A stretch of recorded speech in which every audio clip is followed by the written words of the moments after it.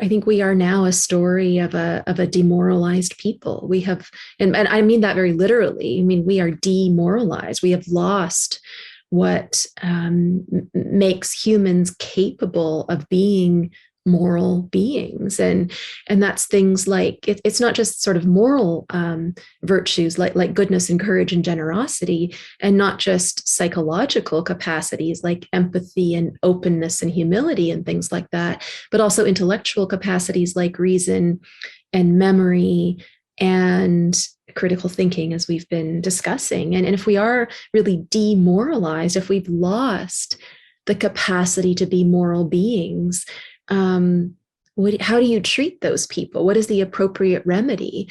Well, punishing them further, dividing them further, ostracizing them from one another and what matters to them further is only going to plummet us further into this inhuman, demoralized kind of abyss. And what demoralized people need is a kind of moral care so we can rebuild our integrity, our system of wholeness, but not just for ourselves, but between one another. And so we need to learn how is it that our virtues of tolerance, patience, generosity, friendship from a civic point of view were turned on their heads so that now we normalize and prioritize things like intolerance. I mean, the more intolerant you are, the quicker you can dismiss an outlier from your sphere, your social sphere, the better you are.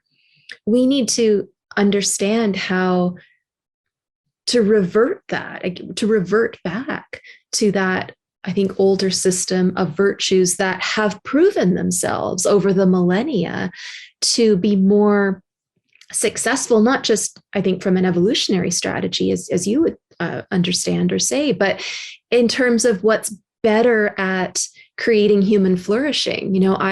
My area of specialty is Aristotle, and Aristotle was a virtue ethicist, and he tried to understand what is it that makes people happy?